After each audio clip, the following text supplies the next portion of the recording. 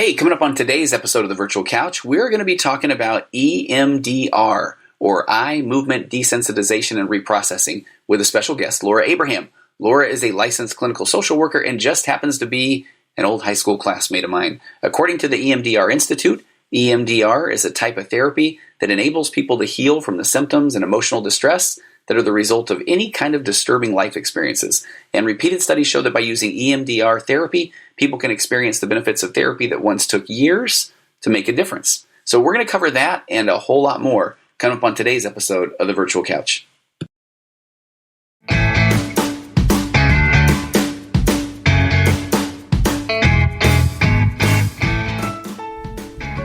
Hey everybody, I'll make this one quick. Now, as a therapist myself, of course, I recommend that everybody give therapy a try. Truly, we're all hanging on to some things that would be helpful to process, or there's things in our life that we might, maybe we thought we'd achieve by now, or there's things that we desperately want to achieve so that we won't live a life full of regrets. Or there are people listening right now who may be noticing that their anxiety or their depression is getting a tiny bit more, let's call it amplified, the longer that it's left untreated. You owe it to yourself or those around you, to your spouse, your kids, and actually I guess really the most important person is you, to at the very least give therapy a try. So if you're nervous about finding the right fit, if you're worried about bumping into somebody in a therapy waiting room, if you have any worries about therapy, might I recommend that you go immediately to betterhelp.com/virtualcouch. Again, that's betterhelp.com/virtualcouch, all one word, and take a look at the world of online therapy. Go check out what over 500,000 people have already done before you, and sign up right now. Go to betterhelp.com/virtualcouch. You'll get the help that you need. You'll get 10% off your first month's services. They have a broad range of expertise in their counselor network, which might not be locally available in many areas. The service is available wherever you live. It's worldwide, and you can log into your account at any time and send a message to your counselor. You can get a timely and thoughtful response, plus you can schedule weekly video or phone sessions, so you don't ever have to sit in an uncomfortable waiting room as with traditional therapy, although I maintain that my waiting room is very nice and comfortable.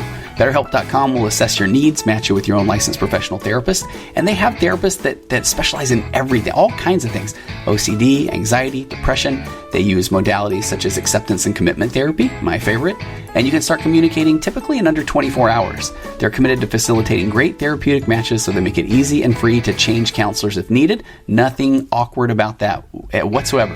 So if you do go through betterhelp.com/virtualcouch, again, you'll receive 10% off your first month's services. So what are you waiting for? You owe it to yourself, and at the very least, just go check it out. Go ahead, pause the podcast right now, go do it. I'm not going anywhere. Now let's get to the show.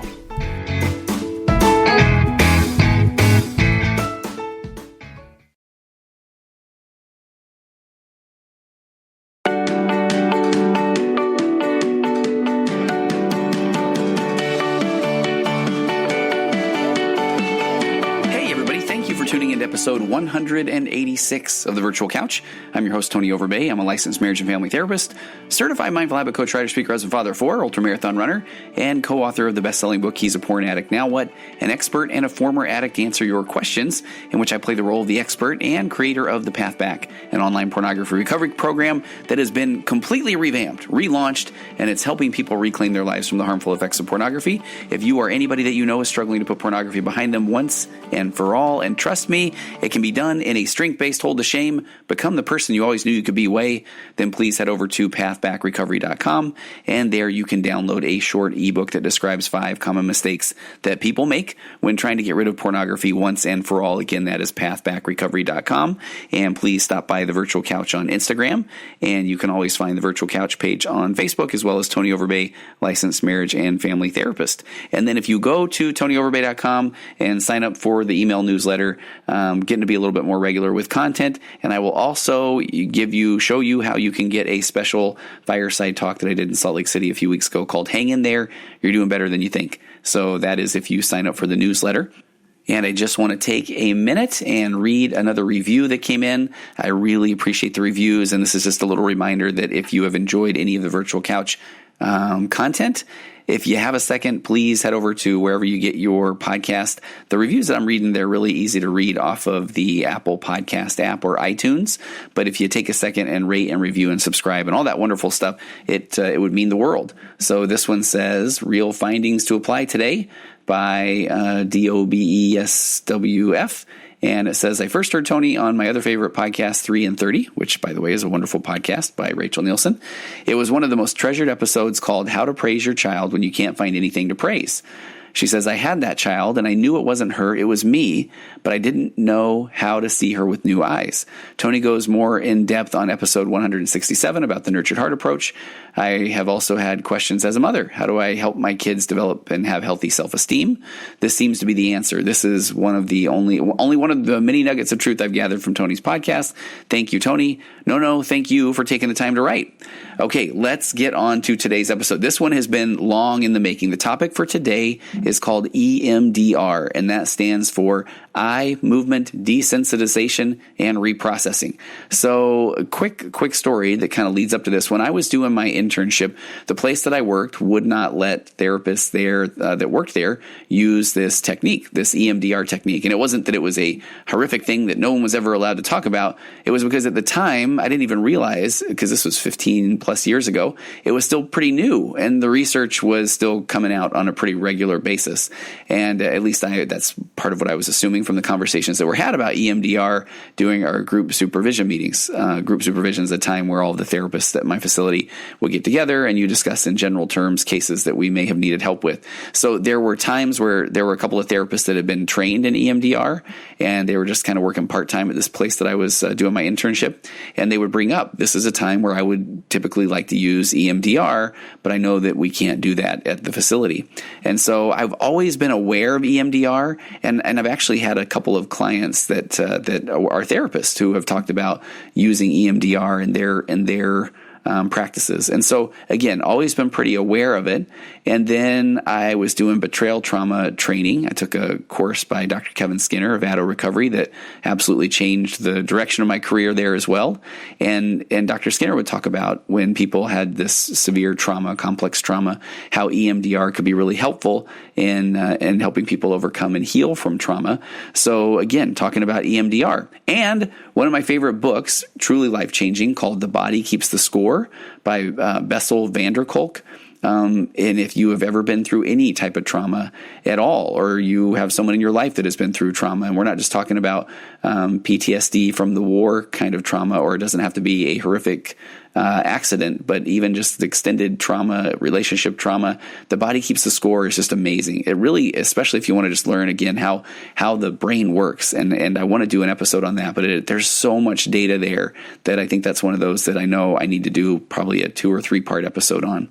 But in that book, and again, Dr. van der Kolk breaks down traumas of all sorts: childhood trauma, war, accident, single incident related trauma, to complex, long exposure type trauma. He's a huge proponent of EMDR. And when I was kind of Googling that to make sure that I had my facts straight, I found this quote from a New York Times Magazine article called A Revolutionary Approach to Treating PTSD, where Dr. van der Kolk was interviewed. And from the article, he said, for patients with acute PTSD from isolated traumatic memories, think car accidents or single episode assaults, van der Kolk is a fan of eye movement desensitization and reprocessing, or EMDR, in which a therapist wiggles fingers back and forth across the patient's field of vision, and the patient tracks the fingers while holding in mind the traumatic memory. Proponents say the technique enables patients to process their traumas so that they pass into memories and stop invading the present. And let me just kind of jump out of the interview here. You'll hear from my guest today, Lora Abraham, that the finger back and forth or tapping or those sort of things it's one way to do EMDR. There are a lot of other ways to do it, and she talks about some of that as well. But Dr. van der Kolk likes to point out that he came to the technique as a skeptic, so I thought that was pretty fascinating. He said, it's this weird treatment. He said, you ask people to remember what happened to them, and you wiggle your finger in front of their eyes and have them follow it. Crazy. More than 60,000 therapists around the world have now been certified in EMDR, though the practice remains controversial, with critics and supporters debating the validity of each new study. Van der Kolk places his faith in what he sees in his own patients. He says for them, EMDR has been a godsend. And I will point out, I think that the book, The Body Keeps the Score, was either released in 2014 or 2016. So, I mean, that's a long time in the field of research when it comes to things like EMDR. So last summer, I found myself back in Salt Lake City for my 30th high school reunion, or actually that was, holy cow, that was 2 summers ago. Time flies when you're having fun, I guess.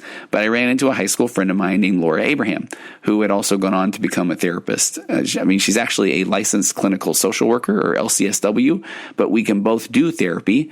We just take slightly different paths in school. I'm a licensed marriage and family therapist. She's a licensed clinical social worker. Anyway, Lora shared with me that she did a lot of EMDR work in her practice, and I knew that I needed to get her on the podcast because Lora has always been really smart and engaging, and I knew that she would put things in a very understandable way, and she absolutely does.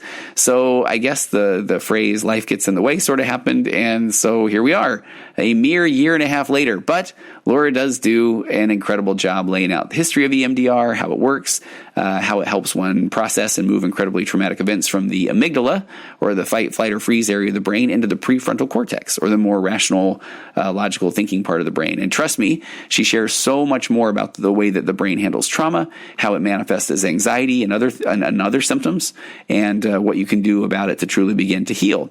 And there is a YouTube video of this interview, so if you find the Virtual Couch YouTube channel, and I guess we will call this special bonus content, which means embarrassing footage that I cut out of the audio version, content where I related a high school story. Then about halfway through, I realized that it's not Lora that I'm talking about. It is a friend named Jenny Wood. Shout out. Hi, Jenny. And she graciously laughs along before pointing out that it is not her. Bless Lora's heart. I guess that's why she is a good clinician. Okay, so let's get to my interview with Lora Abraham and learn more about EMDR.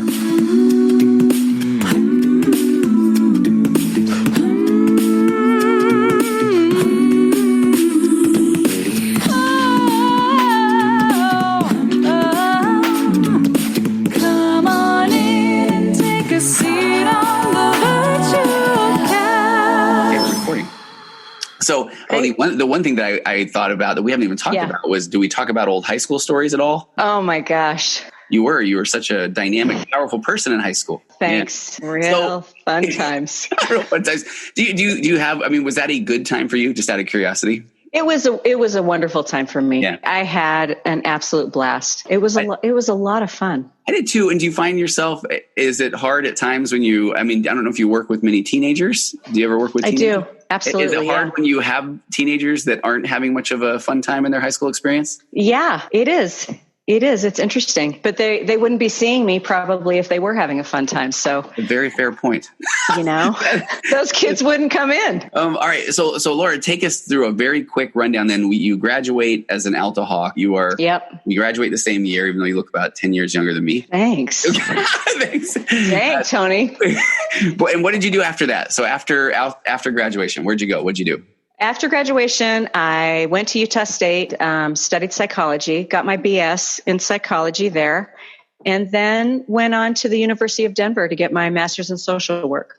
Okay. And did you always know that you wanted to do psychology even in high school? I was so unaware. Did you know that at the time? I really did. Like deep down, even like in grade school, people would call me the psychologist. And, it was sort of always been a part of me to be a helper. And, the yard ladies would say, oh, go play. Or the teachers in elementary school, Lora, go play, bring that child in who's like a new kid or whatever. Mm-hmm. So I was kind of always put in that role to sort of be the lover of all the people. You know what I mean? Yeah. Well, you were very approachable. It suited me. Yeah. Thank you. You always seemed, I think we would joke a little bit about, you always seemed almost intimidating because you just seemed like you were this older soul.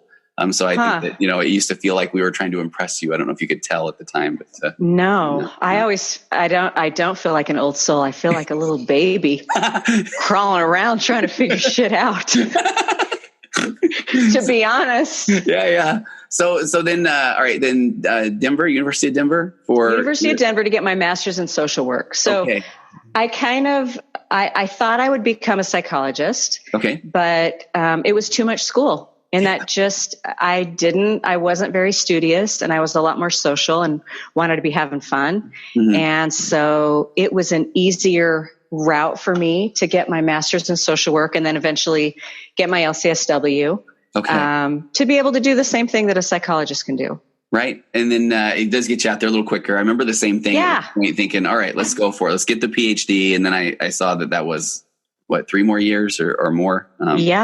Yeah. So a lot more school. Yeah. So and I'm not real heady like that. Psychologists are very diagnostic and they use all the big words, and I'm just kind of more, I was going to say in the gutter. I'm not in the gutter, but just a little more casual, a little more intuitive, using more intuition and that kind of a thing. Yeah. I like the way you say that, though, because I also feel that, and I've never put it in those terms of a clinical psychologist is more diagnostic, but that really is what that's all about. And I wasn't, I feel like maybe this is a bad confession, but I wasn't a big fan of the parts of getting my master's where I had to do the diagnosis and I had to write up the very detailed clinical assessment and those sort of things. I wasn't a big fan of that. Right. So you just made me feel better about my choice. Good. Absolutely. Yeah. So then your first job, where'd you go after you're getting your master's? My first job, I was an intern at Denver General Hospital, which is now Denver Health. Wow. And I worked in the emergency department. So what does that look like for a therapist? I jumped right into like a nonprofit and then private practice. What was that like in a hospital? Well, my degree is in social work. So I was working as a social worker. Gotcha. And so my role was to support the junior resident for victims of rape who had come in, people who were probably going to die or who had come in with a really traumatic injury, either a car accident, pulmonary embolism, gunshot wound, stab wound. Denver General was a charter for the Knife and Gun Club. So, it was pretty intense, a lot of gang stuff. And so my role was to really be a bridge between the physician and the family. Okay. So families would come in and I would be in the back right next to the table, watching the doctors and nurses doing their thing, trying to save the person's life. And then I'd go back and meet with the family, put them in a special room and just talk to them about, what do you know about this accident? No matter what it was, whether it was a gunshot wound or a car accident or an illness of some kind, like heart attack or stroke, and just kind of be a bridge. So then I would just toggle in, just kind of move between the rooms, providing that support. So what's fascinating now is that was pretty heavy work you were young at that time, right? Oh yeah. It was really intense.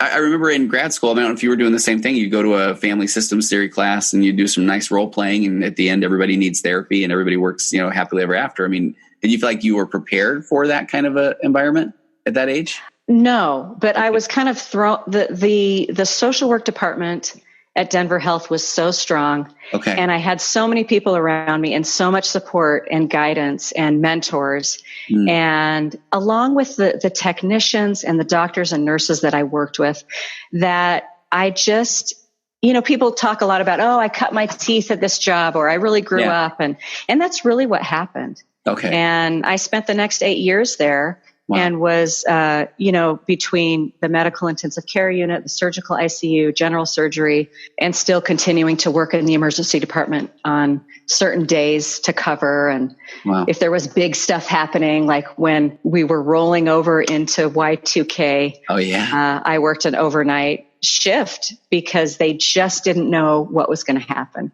Yeah, I would love to do a whole, give me a minute on what that was like. Do you remember when the clocks midnight, were you all waiting for everything to just go nuts? Well, yeah, kind of. And even, when the Broncos were in the Super Bowl, we had extra coverage because when the Broncos lose, there is an increase in domestic violence. Wow. Okay. Which is just gross. Yeah, it is. Anyway. Yeah. But so then from there, and again, I realize now, I for the listening audience, I told Laura, I was like, I'll take a minute or two on your background. But now it's so fascinating because I want to get to the EMDR piece. So, all right, we will hold that for a future episode where I want to talk all about that sort of thing. So then you went from the hospital to Kaiser. I went to the hospital, from the hospital to Kaiser Permanente at an outpatient clinic. Okay. And again, I was hired as a social worker to do sort of a combination of traditional social work stuff. So, helping with resources, community resources, and that kind of a thing, along with doing brief intervention with people. Okay. So grief counseling, maybe helping with some anxiety or depression, or somebody comes in and they think that there's something physically wrong with them, and really it's just an underlying anxiety, different things like that.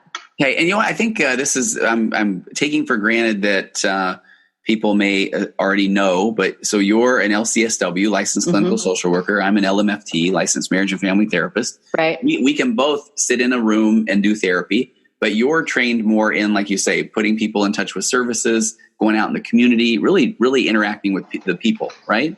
Yes. Okay. And I think that most people maybe wouldn't know that. So that's not just the traditional or sitting in a chair and now saying, tell me more about that with the patches on the jacket or that sort of thing. Exactly. Okay. Yeah.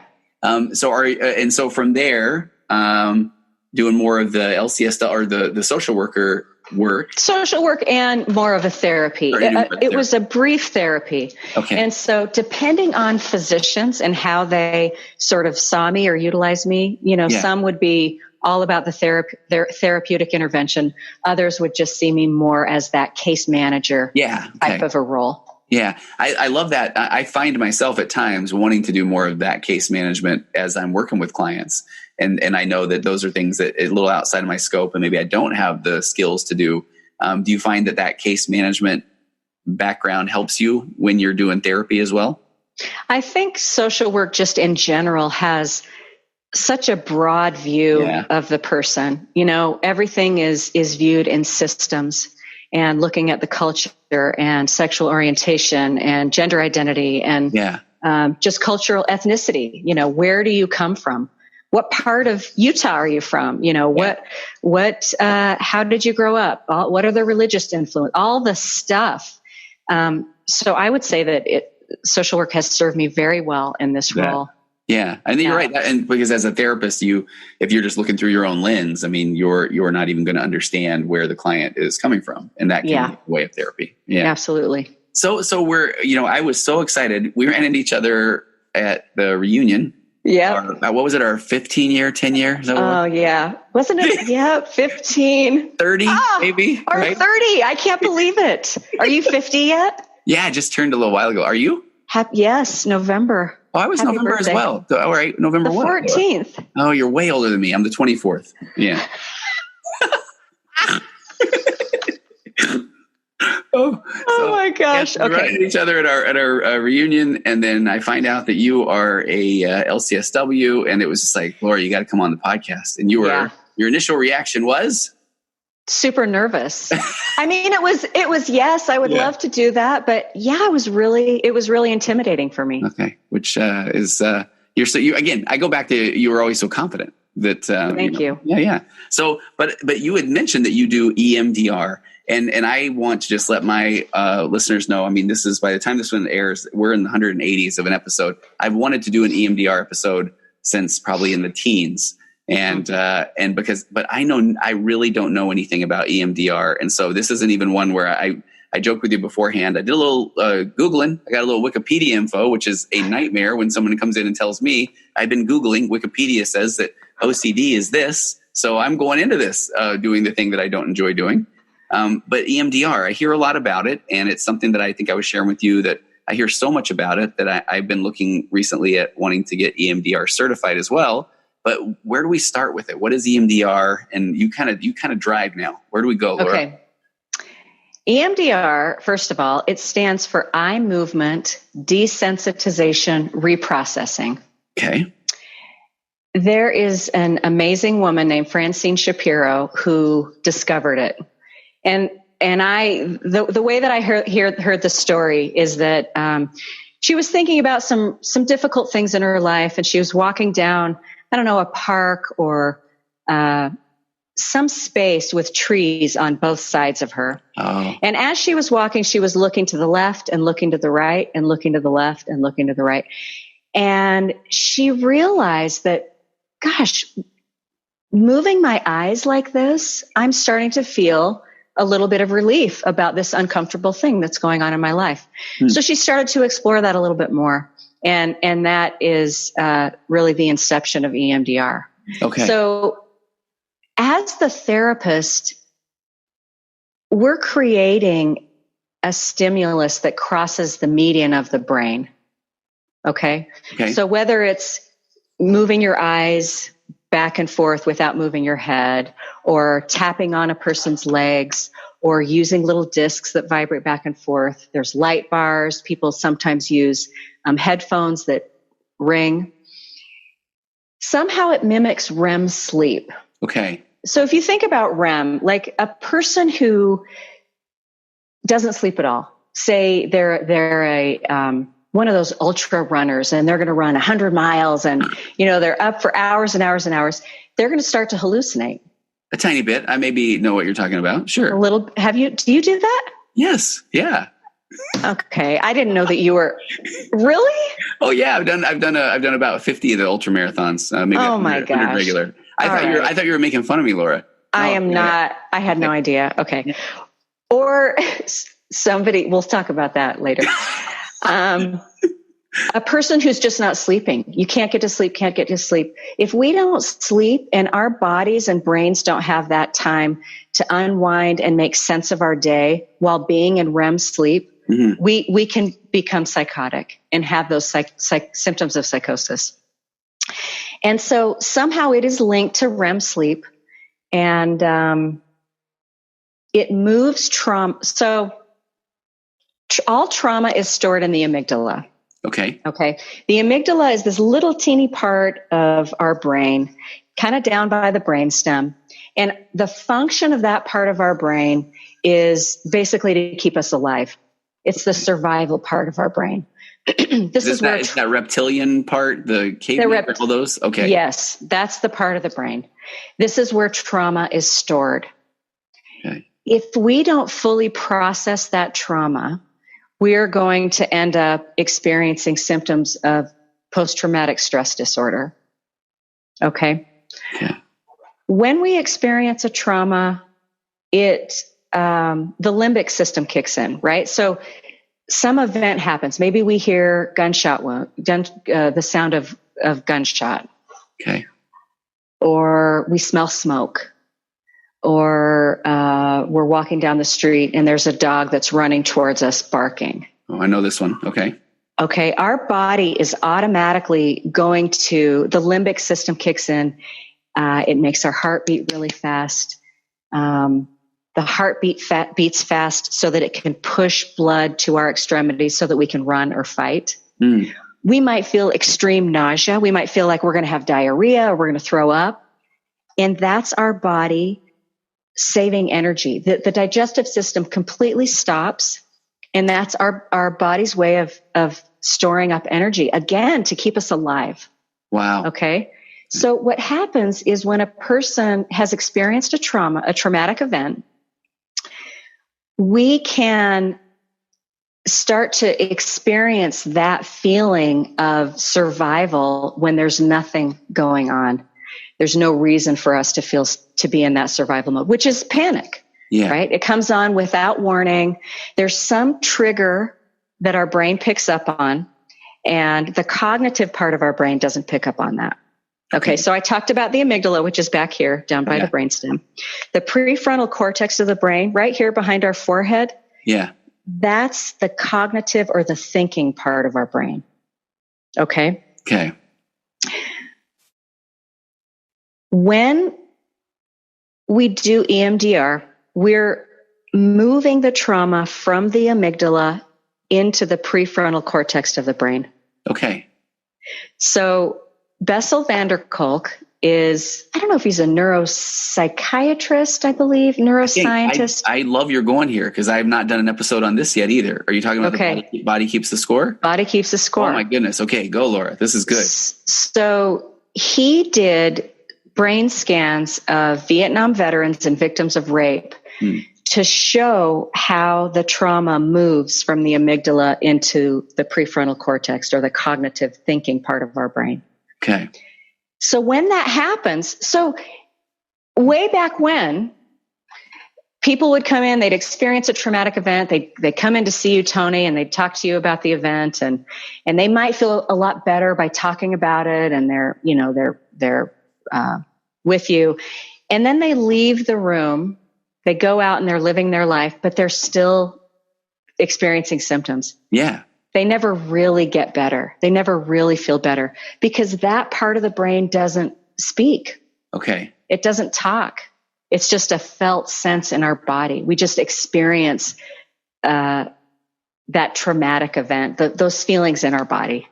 Yeah. Is that making sense? Boy, it does. It really does. And then in that book, The Body Keeps the Score. And this is one of those things I think we were talking earlier about. I don't know if I really do know what I'm about to talk about here, but I think what's so powerful is then he talks about that visceral response, and that that your emotions are always going to lead ahead of your the cognitive side. So is it right? So, right. So and it's designed.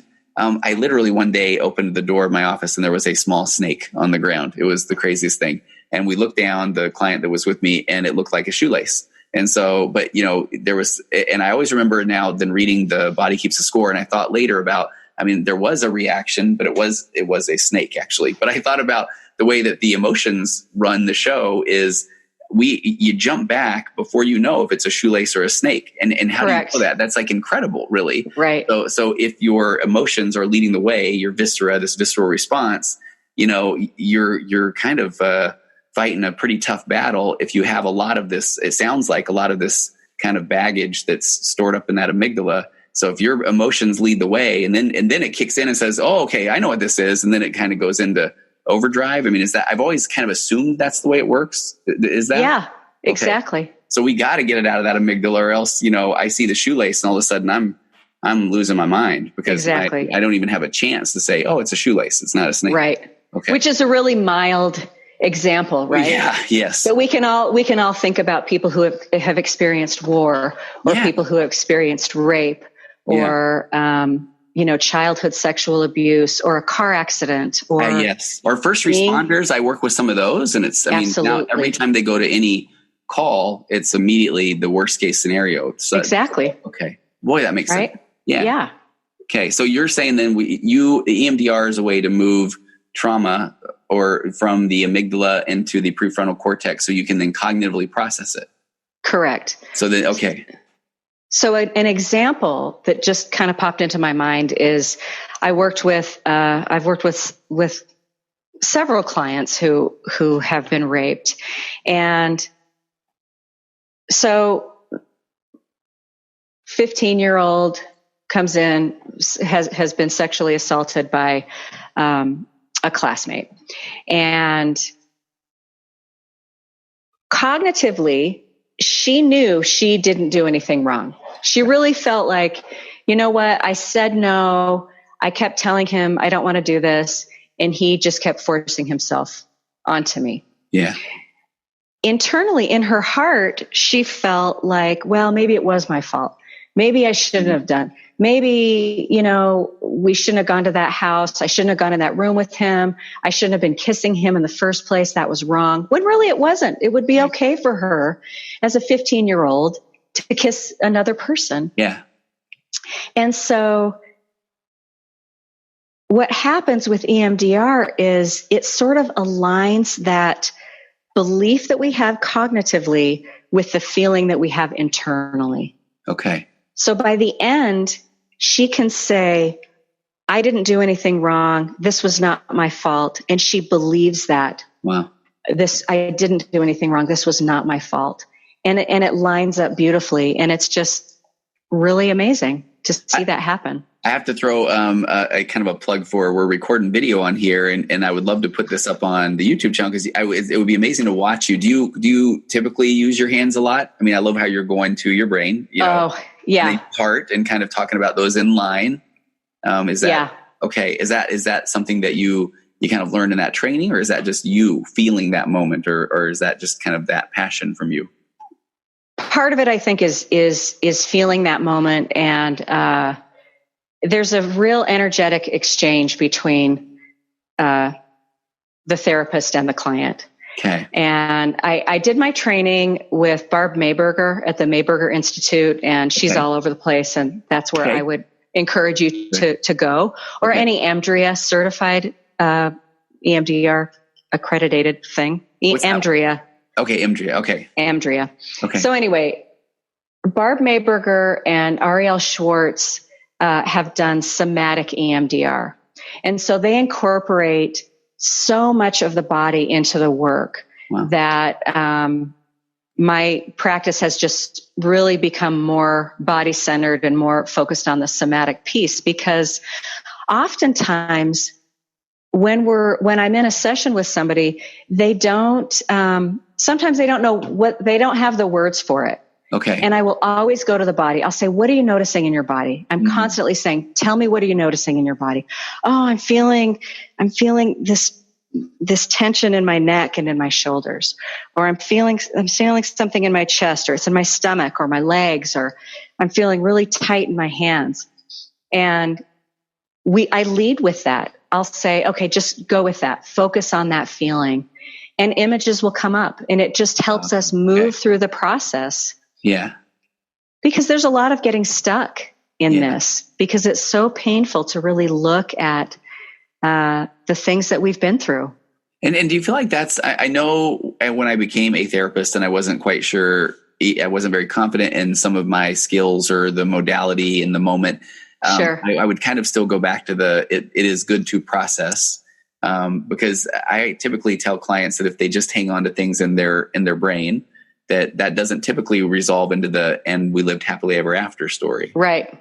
So, but it sounds like yours is even more. I mean, there's more there, because I like how you said earlier, I can process something with someone and I think they feel good in the moment. And I often hear this, man, I feel good for a couple of days after. And then at some point I'm kind of right back into the feels or the feelings. Exactly. Okay. So what is the EMDR process like for a client? What are they seeing? What are they feeling? Or what are they doing? Well, we start out with really doing an inventory of trauma. Okay. All trauma is seen through the lens of our very first trauma. Oh. Okay. Okay. So it's really important to clear all of those past traumas before working on what they came in to work on. Because everything is just kind of linked. If you sort of look at it like an octopus, it's got the head here and it's got all these tentacles. Everything seems to be quite connected in the brain. And so is that really...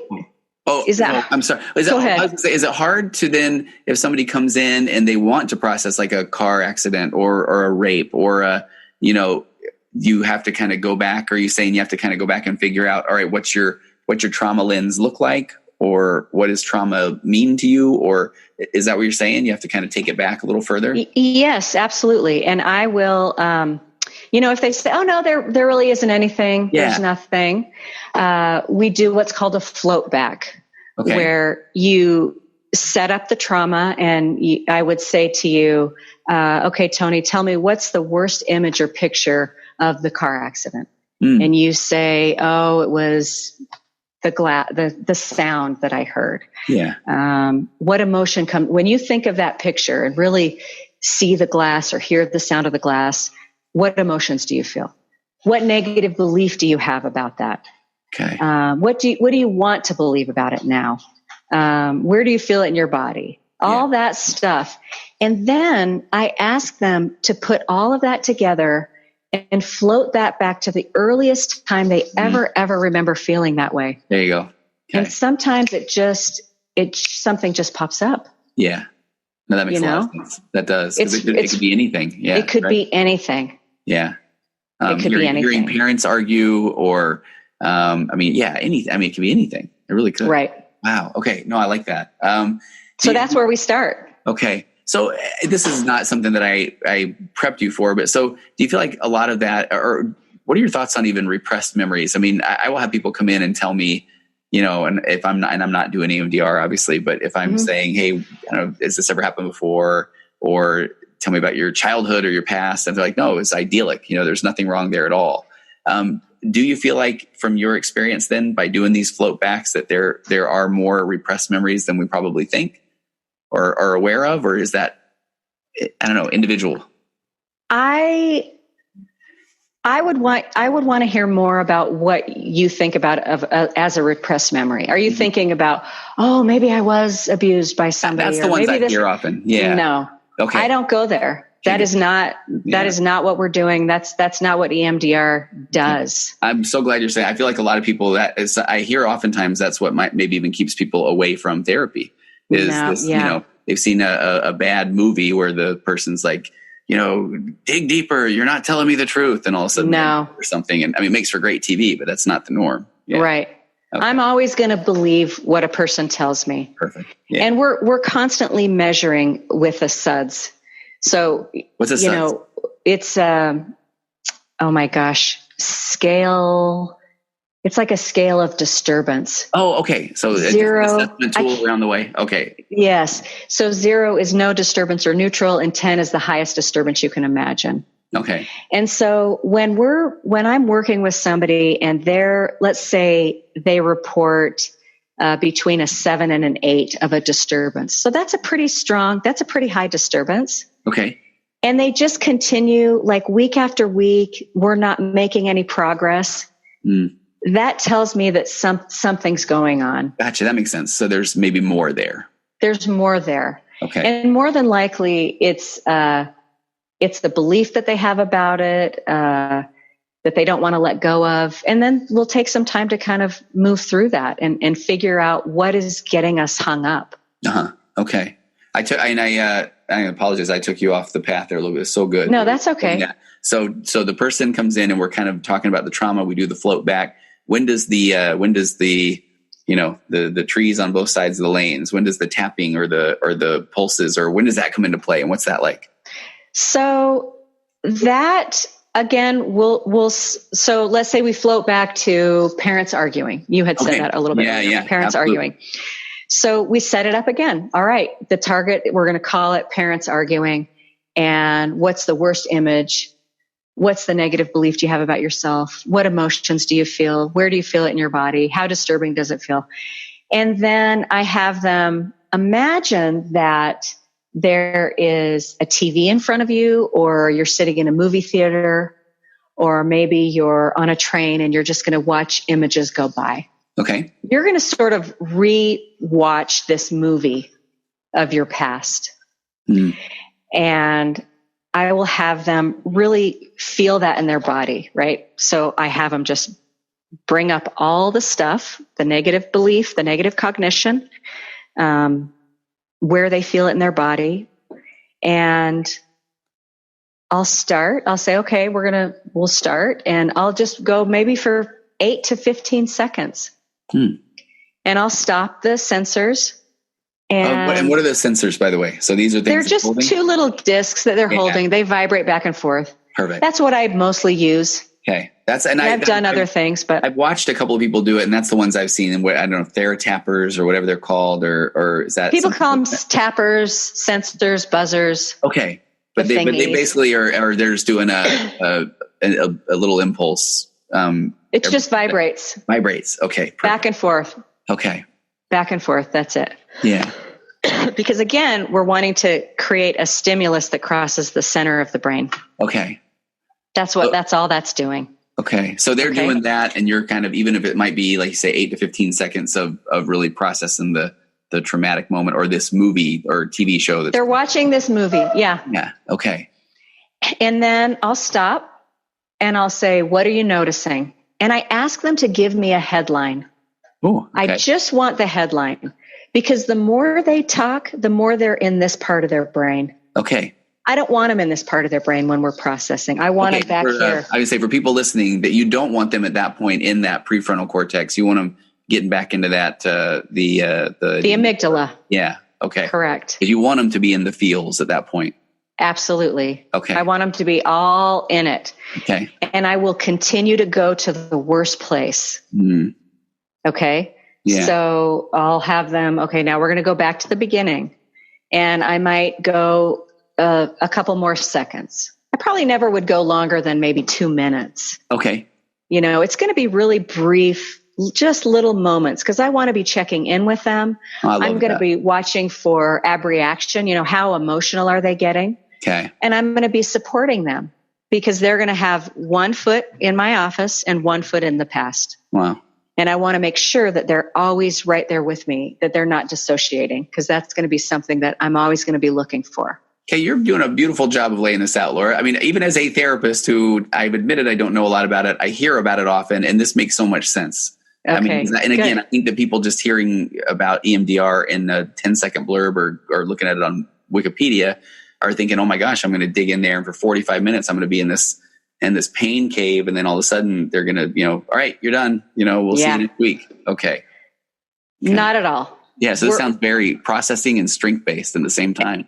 Absolutely. And before we even start with that, I'm going to be doing a lot of evaluating and making sure that they are able to go back and come out of it, and not come out of it, because it's not hypnosis or anything. You're aware and awake, and you're totally right there.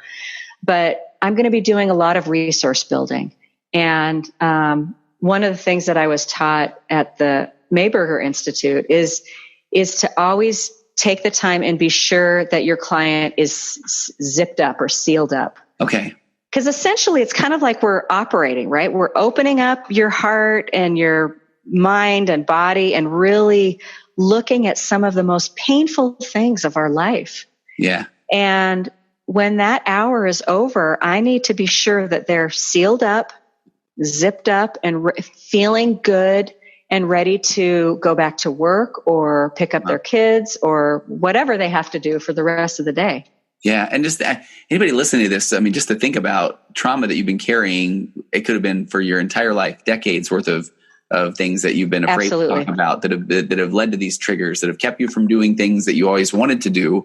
And then I don't know, what are some of the things you hear or the experiences you have when people really dig in there and this works? I mean, what is that like? What do you hear?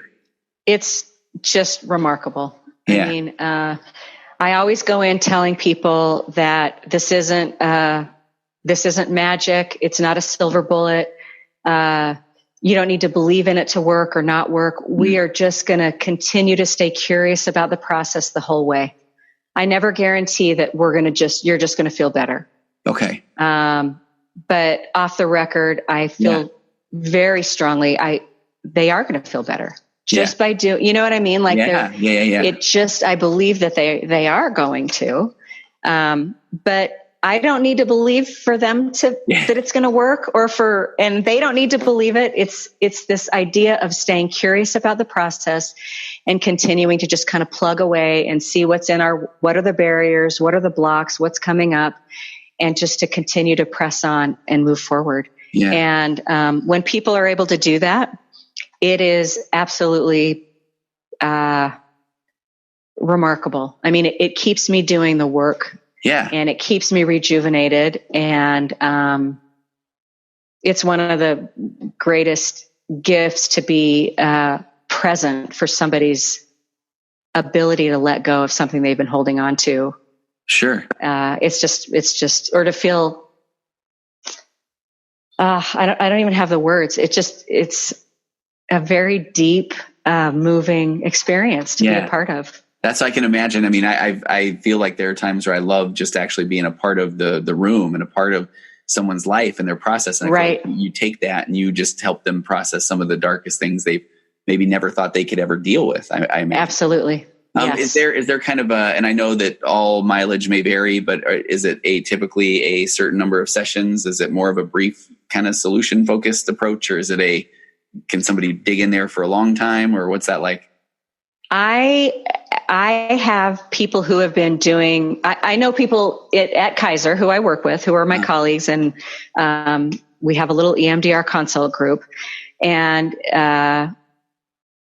one of them in particular has been doing this work far beyond my experience. And she's really quick, and she gets them in and gets them out.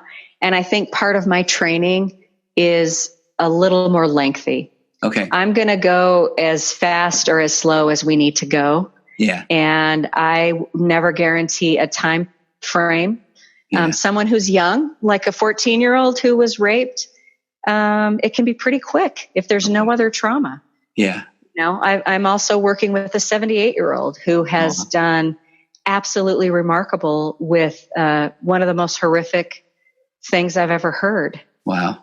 When he was a young boy. So I just had a patient come in who is in her 70s, and she said, "Am I too old?" Oh. And I said, "Absolutely not. No. Absolutely not." So however long it takes, as long as I have a job there at Kaiser, I'm going to take whatever time we need to take. Yeah. Do you find that out of the clients that you see, I mean, are you almost exclusively doing EMDR, or, I mean, do you fit it? Can you fit it into almost any experience, or does this work in other areas as well? Good old fashioned anxiety, depression, OCD, that sort of thing. You can't treat it for OCD. Okay. Yeah, I believe that I am an EMDR therapist, and I can incorporate it into every scenario. Yeah. But because I work, for Kaiser Permanente, which is a wonderful organization, I see a lot of different people, and I have to see an EMDR patient I'm seeing every week. Okay. And I just can't, my schedule just doesn't allow for that. Yeah. Well, I think I'd share with you that where it really came on the radar for me as well is I've dealt with compulsive sexual behavior for a decade, and then I go and I decided, man, I need to understand what that's like for the partner. And in this betrayal trauma world, I mean, we now know that those symptoms are very similar to PTSD. They are PTSD-like symptoms. So the EMDR piece, even as you're explaining it, makes me think, oh my gosh, I need to go get this training as soon as I can. You really do. Exactly, right? You really should. Yeah, I know. So any other kind of thoughts on things that people might need to know? I feel like you've done a great job of explaining it so that if somebody is thinking about looking for EMDR, are there certain places or you said there's different types of EMDR. How does somebody find the right type for them? Well, I don't necessarily think that there are different types of EMDR, but there's different types of training. Gotcha. And so what I would tell people is to work with someone who has been trained by an EMDR organization. Okay. So EMDR is, I think the I is, it's eye movement. It's international. EMDR. Let me see. Okay. And I'll put it in the show. RIA. It's EMDRIA. Okay. Is to find somebody who has been trained through an organization that is. They have a certification. I don't even know the words. Okay. Yeah. Okay. But not somebody that just says, oh no, I think I know it. I think I know what it is. Yeah. Right? Yeah. You don't want to do that. Yeah. Right. Okay. Because I have actually, now that you're talking about this, it's fascinating because I processed with a person or two an EMDR experience that is not quite like the one that you shared, and I wonder if that person was trained. Right. It's very different. Yeah. I mean, I think that there's a lot of really brief. My training was really intensive, and it was over 2 weekends, so it was like 3 days, and then we had supervision in between those months, and we had to work with a certain number of people and bring that to the group supervision along with individual supervision. And then we had the second weekend several months later. And so I think there's a lot of different versions of how people use it. Yeah. So I would tell people who are listening or looking for a therapist, you've just got to find somebody who's a good fit for you. Yes. Well, now, I mean, that's really the biggest thing, whether they do EMDR or not. Yeah. You just have to find somebody that you connect with and that you feel like you can share some of these things with. Well, and this might be the, hey, I'll edit this out later part, but man, you just made me kind of think of that. I don't know if you've said this one before to your clients, but the relationship with the therapist is more important than the modality because the person has to feel comfortable. So if someone is coming in and because it's the EMDR process that you're there to process trauma. So I do wonder if that would feel at times where is the person giving the therapist even a fair enough shot, because they're going in there saying, all right, I'm about to unload all this trauma. And I wonder, I don't know. So do you feel like do you have to do a little bit of groundwork before you really get to my gosh. Yeah. Okay. Yeah. Oh yeah. So because because the trauma is going to be difficult to process regardless. So, I mean, you really need to know, almost have that relationship built with that therapist is even more important than to then go into this area that you're talking about. Right. Okay. Because also, as the therapist, I need to know that your coping skills aren't going to be drugs and alcohol. Ooh, because, okay. People, I'm in Denver. So, as you know, marijuana is legal here. Yeah. And people who are smoking daily, some people, that's EMDR. I will not do EMDR with anybody who's smoking daily. Okay. People who are drinking to excess, it does something in the brain where we won't get any progress. Gotcha. So when we talk about that scale, the SUDS, it's not going to move. We're never going to really get there because that THC is in that receptor and it just clogs everything up. Things don't flow and move, and it's harder to you can't reprocess those traumas. So that makes sense. There's a lot of upfront work that needs to be done. Yeah. That could just take a session or two. Yeah. Any other things you want to share, Laura? Or do you feel like we did, this was beautiful? It really is. I mean, I don't know if I've ever quite felt like I will, after we hang up, I will start Googling, how I get the training. I mean, this is pretty amazing. Anything else that you feel like we didn't touch on? Gosh, there's just so much. I don't even know. I just really appreciate the opportunity. It's great to see you. You are on the hook, Laura, now. You will be back. You will be a regular on the virtual couch. Thank you so much.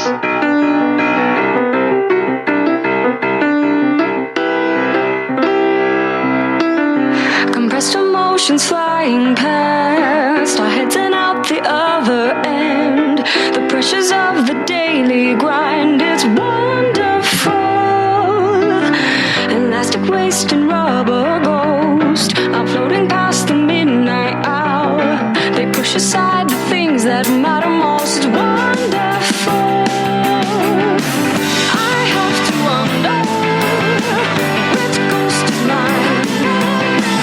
He eats my ponder and somehow takes up all my time. The scream of fireflies, they tickle all my fancies until the vomit. It drowns all deep in our dreams.